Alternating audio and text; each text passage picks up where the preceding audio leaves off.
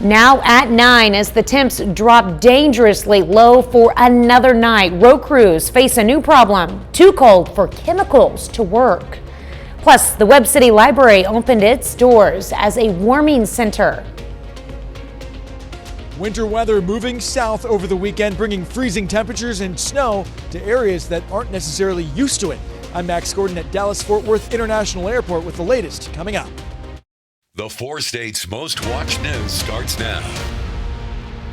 This is KOAM News at 9 on Fox 14. I'm Tanya Buck. The freezing temps are wreaking havoc on the 4 states with several businesses closed and the city of Miami and Fort Scott both battling water main breaks.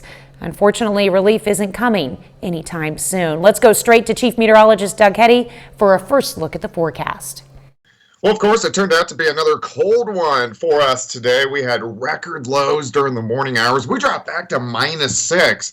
You can see the record low on this date was -1, set back in 1979. Average high is 44, average low is 25, so obviously we're well below where we should be for this time of the year. And we're going to see very cold temperatures once again for us tonight. Most of us right now, 0 to about 4 degrees. We're going to continue to drop back. We have wind chill advisories in effect again through the daytime hours for us tomorrow. The winds have lightened up a little bit, but still it's giving us that cold wind chill. We have clouds. We have some light little snow showers which are rotating through, but as we go through the night, we'll drop back again down to about -5, only back to 3 by 10 a.m. We do start to warm up a little bit more the next few days. We're going to look at that here in just a bit.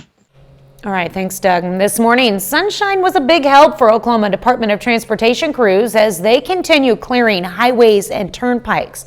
However, slick and hazardous conditions remain in several areas, including Pawnee, Craig, and Delaware counties. Counties still reporting slick spots, but improving conditions include Mays and Ottawa counties. Now, motorists are cautioned, even if a highway looks clear, there still may be ice present. MoDOT crews have been hard at work since yesterday clearing and treating roads, but with temps going back near or below 0 tonight, MoDOT says any of their chemical treatments will not work. However, they will stay on top of things. We're just kind of in a monitoring stage right now because with the sub-zero temperatures at night and then single digits at best during the day. Today, I think we got to 10 degrees, but we're just not doing a whole lot of good putting salt down. So we have mainly switched to abrasives. And it's those abrasives that will help cars maintain traction on snow-covered roads before improving weather can help things out in a big way. Until then, MoDOT encourages everyone to take it nice and slow this evening and call 1-888-ASK-MoDOT to report any road concerns. Well, anytime there's snow on the ground and temperatures below freezing, it becomes a public safety concern for road crews in the 4 states. That's why several plans and treatments are put into place beforehand to keep everyone safe. Rebecca Brown shows us what those plans are in Arkansas. There's 9 routes throughout the city, and if you can see the different colors, those are the different routes. Each of the drivers has a special snow route book that's been prepared. They're updated every year. Anytime you see temperatures getting below 30 and snow falling on the ground, the number one thing that comes to mind is safety, especially on the roads. For this specific event, we've spent all last week getting ready, making sure we've got all our material. That would be salt and sand, snow chains, plow blades, just everything it takes to keep the roads open. Lee Church is the Public Works Operation Coordinator for the City of Little Rock. He says their goal is to keep the main roads clear. It's like Chenal Parkway, University, any big arterial, simple way to put it is double yellow lines painted on the street. Church says this allows an easier path for first responders just in case of an emergency. They've got to get to places, and then they've got to fight those secondary roads to get to the incident. And we want to keep roads open to the hospitals and important places, police stations, fire stations. Church and his crew aren't the only ones working around the clock. Dave Parker with the Arkansas Department of Transportation says their crews are also on standby. We've got crews came in 6 to 6 and just waiting for something to stick to the road. We'll plow it off and then we'll reapply first with the salt brine again. Parker says their crews will focus on the interstates and track the weather as it comes. We'll actually start plowing and taking care of it, then we'll come back through, and where we've cleared, the snow off, then we'll reapply some salt brine.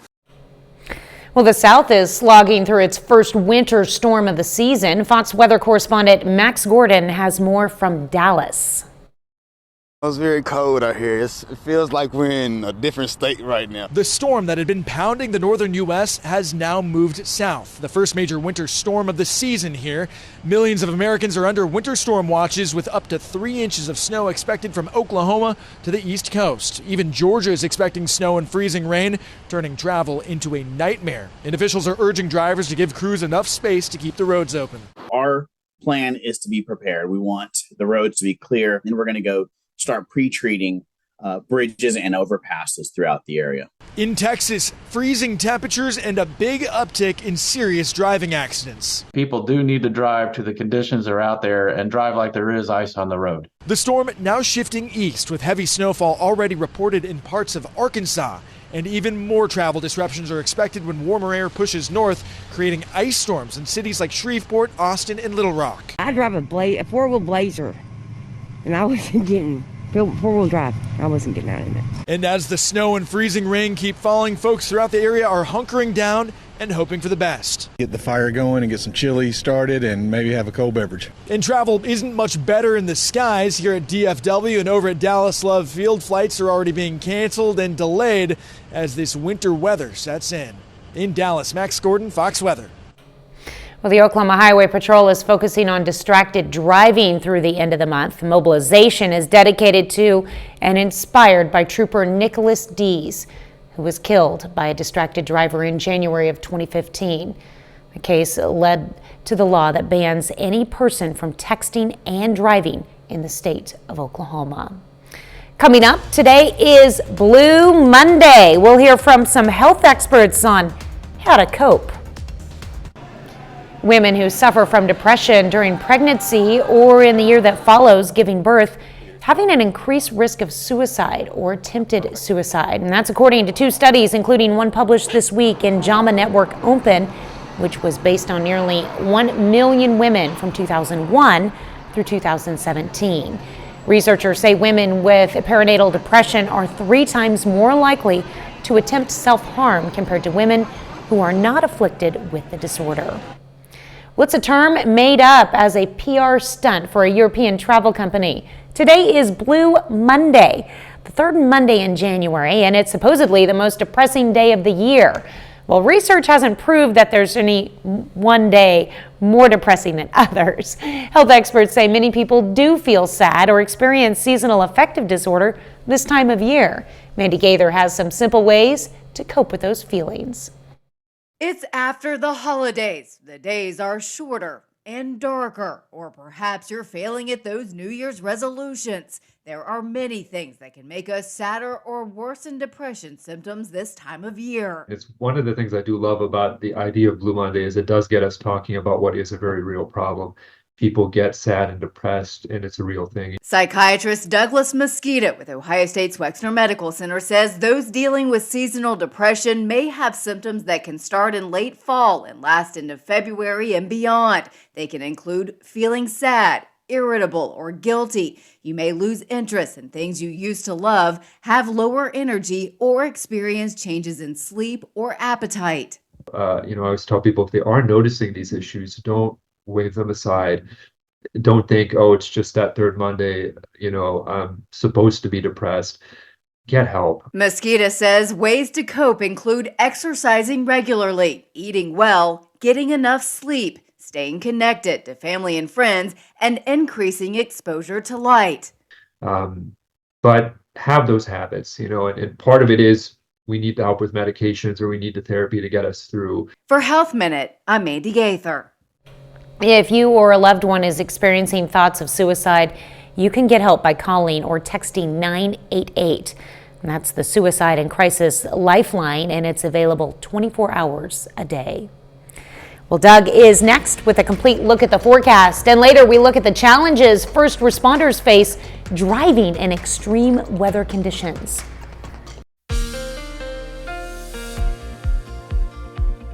Well, of course, it turned out to be a very cold day once again for us today. This is day number 4 that we've been kind of in the deep cellar with the temperatures. We did get some light snow showers across the region, mainly a dusting, maybe 1/4 of an inch in spots. But for the season, with our little snows, we're at 3 inches so far for the season. Average for the entire season is 13, forecasted 10 to 13, so we still have a ways to go. Last year, we had 6.5 inches of snow. Of course, we know it's cold. It's still dangerously cold, so don't go outside if you don't have to. Make sure you watch the pets as well. Temperatures kind of 0 to about 4 degrees right now. We still have that northwesterly wind, which is kicking in at about 5 to 10 to 12 miles per hour. That makes it feel colder than what it actually is, so that gives us a wind chill factor, the way it actually feels to your skin, at about minus 10 to minus 13 across the region. These are going to drop once again as we get into the morning hours. So if we go through the future, look at this. Wind chills are going to be sitting at about minus 20 by morning. Still, a lot of schools are out tomorrow, which is good because a lot of the roads are still snow-packed, and we have wind chill factors right around minus 20 by morning. They do improve a little bit once we get into the afternoon. Wind chills are going to be back up near 0 once we get into the afternoon. All right, clouds rotating through, flurries rotating through, a couple very light little bands of snow showers. Not a big deal, but don't be surprised if you see a few flakes flying as we go through the overnight hours tonight. This whole batch rolling off toward the east, and if we look out toward the west, there's not a whole bunch going on, but you can see the upper level winds are dipping out of Canada, and that's what's pulling in that cold Arctic air across the region. But it is going to start to moderate a bit once we get into the middle of the week, which is good. It's going to be nice to warm up a little bit. All right, let's go through tonight. We'll stop tomorrow morning. Actual temperature about minus 4, minus 5 degrees, clearing out. We are going to get plenty of sunshine on Tuesday. By noon, most of us at about 10 to 12. And then once we get into the afternoon, better, still bitterly cold, but better. I think most of us about 17 or 18 degrees for an afternoon high. Southerly winds start to kick in by Wednesday morning, so overnight lows not quite as cold, near 10. And then once we get into Wednesday afternoon, look at this, we get above freezing, 35, 36, 37 degrees, which is going to be great. We'll start to get clouds increasing again late Wednesday. All right, day planner for you tomorrow, minus 1 at 7, 10 by noon. High temp of 17, plenty of sunshine. We do have a weak, fast-moving wave, which is going to rotate in on Thursday. Still, we're going to go into the 30s for highs, but we could get a few light little snow showers with it. Unfortunately, we kind of go back into the deep freeze by Friday. High temps on Friday are only going to be right around 20, so Friday night, Saturday morning, back down into the single digits, into the 20s for highs on Saturday, and then we'll start to warm back up again as we head into early next week.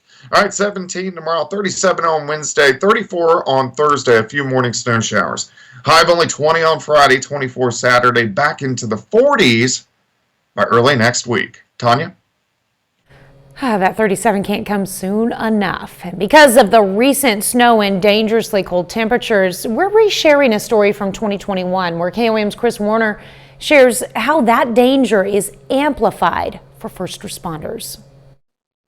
It's difficult to appreciate the size of an ambulance unless you're right next to one. Even this video doesn't do it justice. It's that size, shape, and weight that Jason Smith says makes them tough to drive in the snow. The ambulances are very top-heavy, so not only with the road conditions being a factor when we get the high wind with it like we had a night or two ago, can also make it challenging. When it snows, changes are made to how they respond to emergency calls, like their speed, among other things. A lot of time the other motorists, when they see the lights and sirens, they feel like they're forced to, veer off one side or the other. And so we want to be able to get to the call in a timely manner, but we also have to be safe doing it and make sure that we account for the safety of the other motorists that are on the road. Smith says they also use four-wheel drive vehicles and have a great partnership with fire crews. All the local fire departments are extremely supportive and helpful as far as even when it comes to just maneuvering the cot through the snow, sometimes is a challenge. So all of these guys are great to get out and, help us do that. Now, to those fire crews. Fire trucks, like ambulances, are big, heavy, and tough to drive in the snow, even with four-wheel drive. So Leif Hasty says they've made changes too. it takes a lot longer to stop the bigger apparatus for sure. The smaller apparatus are just as dangerous though. So we actually take it to where you see people running lights and sirens often. We don't. Whenever this stuff's on the ground, we tend to take the lights and sirens out of the equation. They also slow down, which impacts response times. Another factor impacting those times, having to change routes in rural areas. So we have to keep in mind that our response may change as far as the direction and the destination. So we usually have set response pathways that we take. And right now, with the way the roads are, you have to change that up. In Joplin and Reddings Mill, Chris Warner, KOAM News. Well, coming up, we'll have some tips to help you stay safe while shoveling snow. With winter bringing a blast of snow, shoveling it out of your driveway could potentially be risky to your health. Medical experts say snow shoveling can be dangerous and has caused 11,500 injuries and 100 deaths a year. Doctors suggest making sure you're already physically active and dressed in layers for warmth. Doctors also recommend staying hydrated, looking out for frostbite on the nose and fingers, and always keep your cell phone handy in case of an emergency. With the freezing temperatures expected again tonight, cold weather shelters are open across Missouri. But with the open doors comes the need for volunteers to help staff them. Charmel Odell reports from Springfield. So because our capacity has almost doubled and we've seen those fill, then absolutely the usage has almost doubled. And so, you know, the thing that's really difficult is we still have people that are outside in this weather. Shelter operators say they've seen the number of people who need a warm place to stay double in the last few days. In situations like this with extreme cold, we do see a rise in numbers. And it's hard for us to say, hey, we just don't have space. Salvation Army's Harbor House holds about 20 to 25 men who need a place to sleep and feeds 150 people every day. All this with less than 10 volunteers. It takes an army, it does. Volunteers to the other shelters are in high demand. It's exhausting. It is very exhausting. Other overnight warming shelters hold around the same number of people, but operate with 2 volunteers overnight. This week, it's been particularly difficult to get volunteers, and so that is definitely a huge need. Community leaders say if they don't get enough volunteers, they may have to cut back on shelters. Always the most heartbreaking thing is when we can't open a shelter because we don't have enough volunteers. In Webb City, the public library is operating not just as a library, but also as a warming center. It's open from 9 to 5 throughout the week. The library director wants the community to know anyone can stop in to warm up and enjoy a free cup of coffee or hot chocolate. You know, the whole part of being a public library is we're here for the community. You know, it's, yes, mostly, and it's about books and stuff, but, you know, it's also the community. If it wasn't for them, we wouldn't, you know, be here. Now, Johnson warns the library patrons to be careful as the parking lots and sidewalks may be slick due to the freezing temperatures. Well, the numbers are in for the box office last weekend. We'll see which blockbuster took first place up next. The reviews are in, and the new Mean Girls movie is so fetch. The reboot, based on the original 2004 Tina Fey movie and the Broadway musical, brought in an estimated $28 million in its opening weekend. And not including inflation, the new movie brought in $24.4 million more than the original 2004 film. Paramount shared exit poll data which shows 70% of Mean Girls audiences were between the ages of 18 and 34, and about 40% went with 2 or more friends. 30 more minutes of news, weather, and sports is coming your way. Pitt State honors Martin Luther King Jr. Day by giving back to the community. Plus, communities in Florida come together to beautify a public park.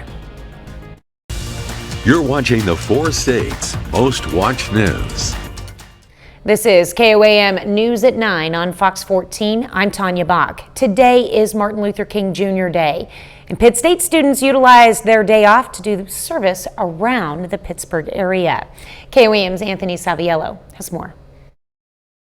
Martin Luther King Jr. is known for his movements to fight for civil and equal rights. Every year, people honor his legacy in their own way. The same can be said for students at Pitt State. I kind of like the slogan of it's not a day off, it's a day on. Just kind of taking whatever time you have and giving back. These students brave the cold temperatures to come together and not only serve their community, but honor a man who taught many about the power of service. It doesn't necessarily have to go like, oh, I'm going to go do gardening at my local school or something. You could do something from home, and there's a lot of different options for services around the community. This event was not just exclusive to Pitt State campus. Students had opportunities throughout the day to serve all over their community. That's the whole point of being part of a community, is just kind of giving back to the people around you. It's not to better yourself, but to better everybody else. This event marks the inaugural MLK Day of Service for Pitt State and is only the beginning for these students and their willingness to serve. I feel like doing this day and doing all this stuff, like it brings us together as a community, and we can provide for a community and spread joy, spread happiness, and just all of us come together for one purpose. Reporting in Pittsburgh, Anthony Saviello, KOAM News. Well, events continued until 7 p.m. this evening. Students and faculty all had the choice and opportunity to volunteer and serve both on and off campus. Well, people across the nation today are remembering the civil rights icon Martin Luther King Jr. In the nation's capital, they braved cold, slushy conditions to honor the late Dr. King. The annual MLK holiday, DC Peace Walk and Parade is a strong tradition in Washington. This is the parade's 45th anniversary. In addition to honoring King, the event is a chance for people to call for political change and accountability. While there are so many ways people can honor Martin Luther King Jr.'s legacy today, the city of Tampa partnered with some local organizations to help beautify a neglected park. Fox's Jennifer Cleveland has more. This MLK Day of Service event is all about empowering kids to give back to their community. Today, around 300 volunteers scattered around McKay Bay Nature Park near Ybor to clean up all kinds of litter. McKay Bay Nature Park is a park that has a great need. It is located in an area that doesn't get that much attention. And what better way to kick off the new year than giving it some TLC? It's meant for, folks to come out and be able to have a nice picnic. There's some trails, there is a pavilion. But volunteers with Learn and Serve Tampa, along with Tampa's Green Team, say the 50-plus acre park often falls victim to downstream littering. Anything that doesn't get blocked off by the water goat kind of gets through and gets into the woods back there. So there was all sorts of styrofoam cups, plastic bags. A rather large feat, made easier by teams, some getting garbage out of the muck, others? We sent our middle school team down the bike path to go clean out from along the bike path. And then our adult population, we sent them to actually cut some of the overhanging brush. The result, a city yard waste truck nearly stuffed, along with dozens of trash bags. 12-year-old Aaliyah Martinez calls the experience an eye-opener. Everything, the animals, the ground, everything matters. Organizers say that's the whole goal of the event, inspired by Martin Luther King Jr. Martin Luther King's message about greatness and how anyone can be great because everyone can serve. A little bit later, protecting student athletes. There's a push for Congress to get involved in the way the NCAA regulates the use of name, image, and likeness in college sports. I'm Chad Pergram in Washington. More on that story coming up. Well, of course, it turned out to be a very cold day once again for us today. This is day number 4 that we've been kind of in the deep cellar with the temperatures. We did get some light snow showers across the region, mainly a dusting, maybe a quarter of an inch in spots. But for the season, with our little snows, we're at 3 inches so far for the season. Average for the entire season is 13, forecasted 10 to 13, so we still have a ways to go.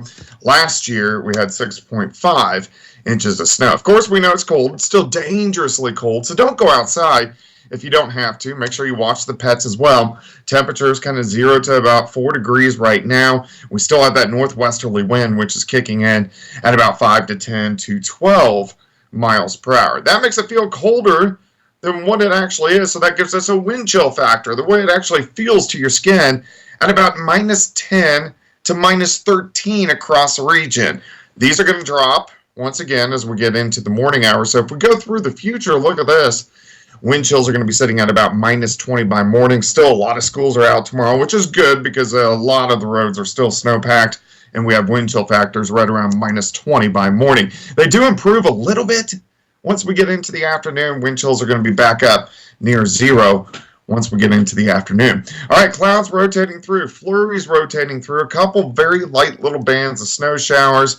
Not a big deal, but don't be surprised if you see a few flakes flying as we go through the overnight hours tonight. This whole batch rolling off toward the east, and if we look out toward the west, there's not a whole bunch going on, but you can see the upper level winds are dipping out of Canada, and that's what's pulling in that cold Arctic air across the region. But it is going to start to moderate a bit once we get into the middle of the week, which is good. It's going to be nice to warm up a little bit. All right, let's go through tonight. We'll stop tomorrow morning. Actual temperature about -4, -5 degrees, clearing out. We are going to get plenty of sunshine on Tuesday. By noon, most of us at about 10 to 12.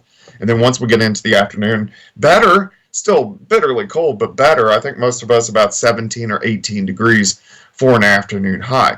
Southerly winds start to kick in by Wednesday morning, so overnight lows not quite as cold, near 10. And then once we get into Wednesday afternoon, look at this, we get above freezing, 35, 36, 37 degrees, which is going to be great. We'll start to get clouds increasing again late Wednesday. All right, day planner for you tomorrow, -1 at 7, 10 by noon.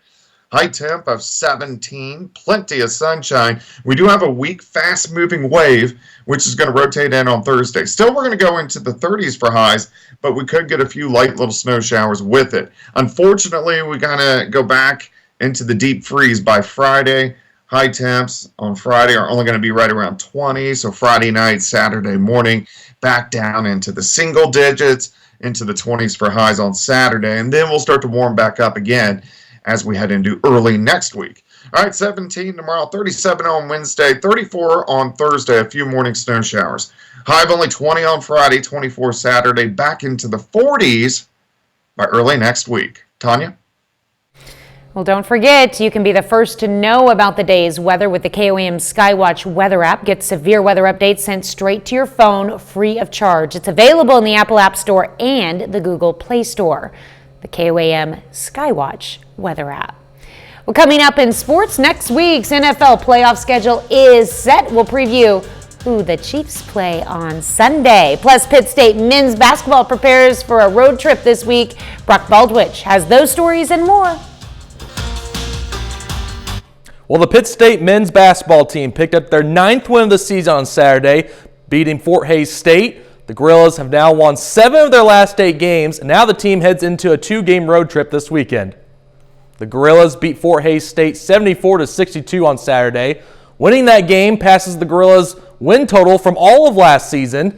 Pitt State is currently in 5th place in the MIAA standings, and the Gorillas look to stay hot when they hit the road for Emporia State on Wednesday and face Washburn on Saturday. I think the success, I think, are just guys are playing hard, they're playing together, they're playing tough, and I think obviously I think it boils down to anybody can see it. I think we have a lot more talent than we had last year, and when you have that and you combine it with guys playing together and really enjoy playing together, it makes a lot of success. But again, we have a long ways to go. We've been playing well as of late, but we got to continue. We can't be satisfied with where we're at. Well, the NFL wildcard round rolls on into Monday, and the Kansas City Chiefs have already punched their ticket to the AFC divisional round. The only question is, will the Chiefs get to stay home, or will they have to travel for next week's game? Bills versus Steelers in the AFC wildcard. Fans have to shovel their way to get to their seats to this game. First quarter, Bills strike first as Josh Allen connects to Dawson Knox in the end zone. Buffalo takes a 7-0 lead, and the fans are going to throw snowballs flying everywhere into the crowd. Next Bills possession, Josh Allen's going to gash the Steelers defense up the middle right here. Dalton Kincaid makes the catch for 29 yards. Touchdown Bills. Looks like the Bills are going to easily run away with this game, but not so fast, my friend, in the fourth quarter. Pittsburgh down 24-10. Mason Rudolph finds Calvin Austin III for a touchdown. Steelers cut the lead down 24-17, but Buffalo Looking to respond now as Josh Allen will complete this over the middle to Khalil Shakir and somehow escapes the tacklers and slips his way into the end zone.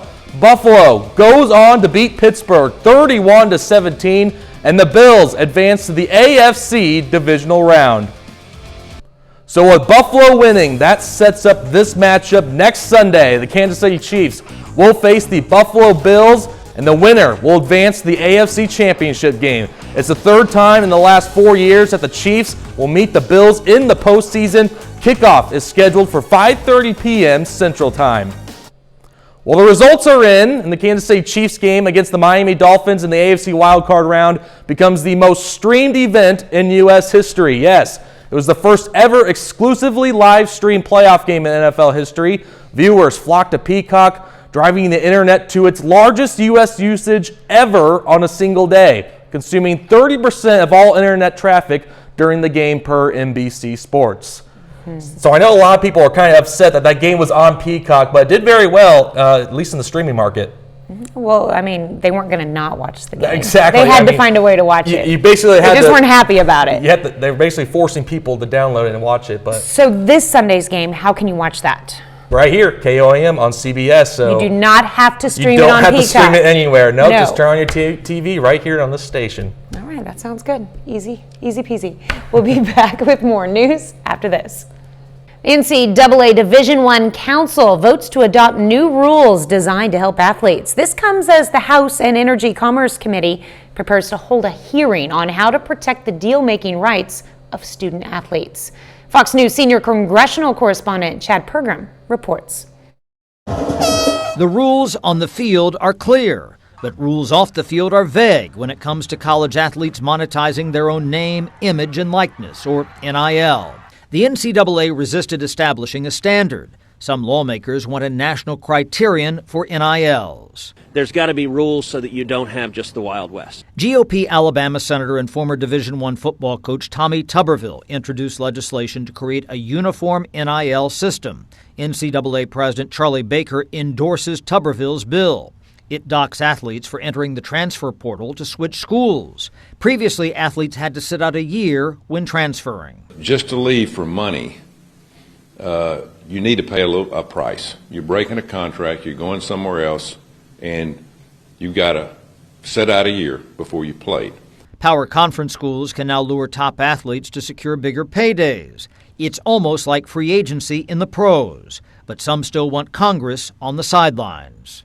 Be very, very careful before you ask Congress to get involved, because Congress has a tendency to micromanage. Oklahoma State has a brand squad helping athletes manage themselves, but schools can only do so much. The NCAA has not been able to do this, and I believe that Congress is the only ones that will be able to do this level playing field. Kaylee Mudge plays softball at Florida State. She's applying NIL earnings toward a nursing degree. NIL is becoming more of a how can I save this money in the future more than just how can I get as much money as I want right now. But some lawmakers say the money takes the fun out of college sports. The idea of it becoming a profession, which is what I think NIL does, just in my mind violates some of the sensibilities. However, it's not game day for any NIL legislation. Most bills are benched in committee, playing second string to fights over the border. In Washington, Chad Pergram, Fox News. Well, coming up, we'll take a look at what is new this week in home entertainment. Singing and dancing trolls, an all-female superhero team, and rock superstars are among the new digital and DVD releases available to add to your home library. Fox's Ashley Dvorkin runs down the list of what's new in home entertainment. Come on, guys, it's time! A fun family animated sequel tops this week's list of what's new in home entertainment. Trolls Band Together features Anna Kendrick and Justin Timberlake reprising their voice roles as Queen, Poppy, and Branch. The latest adventure follows the duo on an emotional journey that uncovers family secrets and reconnects them with their long-lost siblings. Spring Lakes has a long history. A struggling filmmaker searching for his missing sister encounters a satanic cult in the horror drama Spring Lakes. Journey to Bethlehem is a musical retelling of the story of the birth of Jesus. She tore a hole in space. Films available only on digital. The Marvels, with Brie Larson leading an all-female superhero team to fight a new intergalactic threat, will be available on 4K Ultra HD, Blu-ray, and DVD February 13th. And the sports comedy Next Goal Wins, featuring Michael Fassbender as Coach Thomas Rongen, trying to turn the famously bad American Samoa soccer team around in time for the 2014 World Cup qualifiers. The film will be available on DVD February 7th. I need you to get a message to Bobby. Small screen favorites to own, the 7th and final season of the hit drama Billions, and the limited series Lawman Bass Reeves, starring David Oyelowo as the real-life frontiersman who was one of the first black deputy U.S. Marshals following the Civil War. Welcome to my problems. And for music fans, rock superstars Green Day released their 14th album, Saviors. In Hollywood, Ashley Dvorkin, Fox News. Well, that's our time for tonight. Thanks for joining us. We'll leave you with video of a tiger cub in Australia. Have a great night and an even better tomorrow.